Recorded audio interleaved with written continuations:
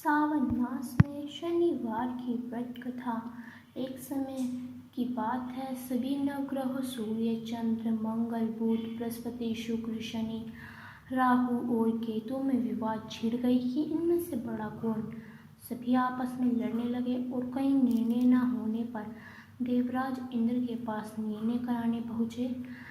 इंद्र इससे घबरा गए और इस निर्णय को देने में अपनी असमर्थता दिखाई, परंतु उन्होंने कहा कि इस समय पृथ्वी पर राजा विक्रमादित्य हैं, जो कि अति न्यायप्रिय हैं। वे ही इसका निर्णय कर सकते हैं। सभी नवग्रह एक साथ राजा विक्रमादित्य के पास पहुंचे और अपना विवाद बताया, साथ ही निर्णय के लिए कहा। राजा इस समस्या में से अति चिंतित हो उठे, क्योंकि वे जानते थे कि इस समय किसी को भी छोटा बताया तो वह कुपित हो उठेगा। तब राजा को एक उपाय सूझा। उन्होंने सुवर्ण, रजत, कांस्य, पीतल, सीसा, रंगा, जस्ता, आभरण और लोहे से 9 सिंहासन बनवाए और उन्हें किसी क्रम से रख लिया। फिर उन सबसे निवेदन किया कि आप सभी अपने आसन सिंहासन पर स्थान ग्रहण करें। जो अंतिम सिंहासन पर बैठेगा वही सबसे छोटा होगा। इस अनुसार लोहे के सिंहासन सबसे बाद में होने के कारण शनिदेव उस पर ना बैठ सके, तो वही सबसे छोटे कहलाए।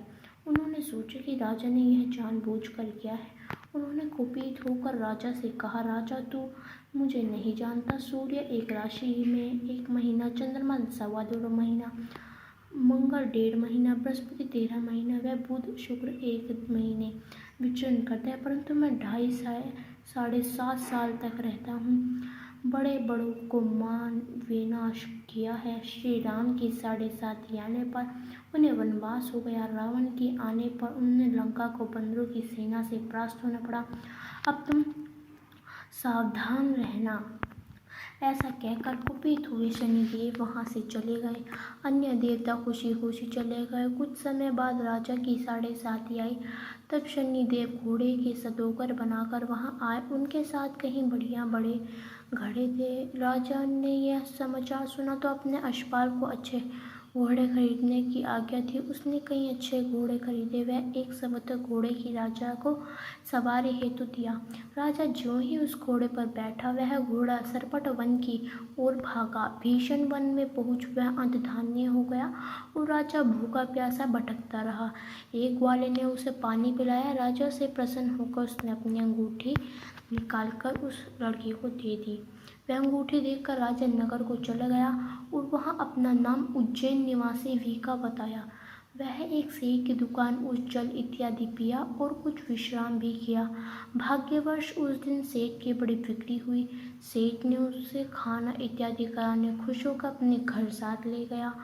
वहां उसने खूंटी पर देखा कि एक हार टंगा है, जिस खूंटी निकल रही है।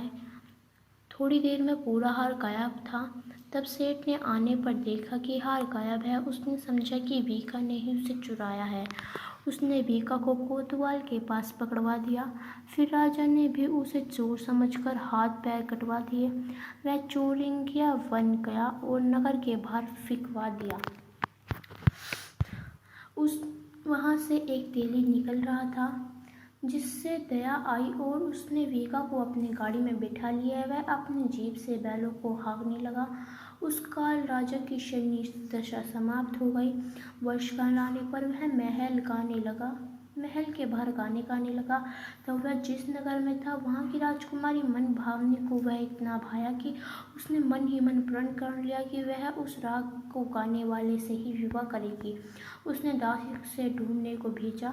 दासी ने बताया कि वह चोरगिया है, परंतु राजकुमारी ना मानी। अगले दिन वह अनशन पर बैठ गई कि विवाह करेगी तो उसी से।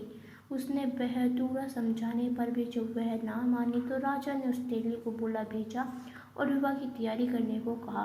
फिर उसका विवाह राजकुमारी से हो गया।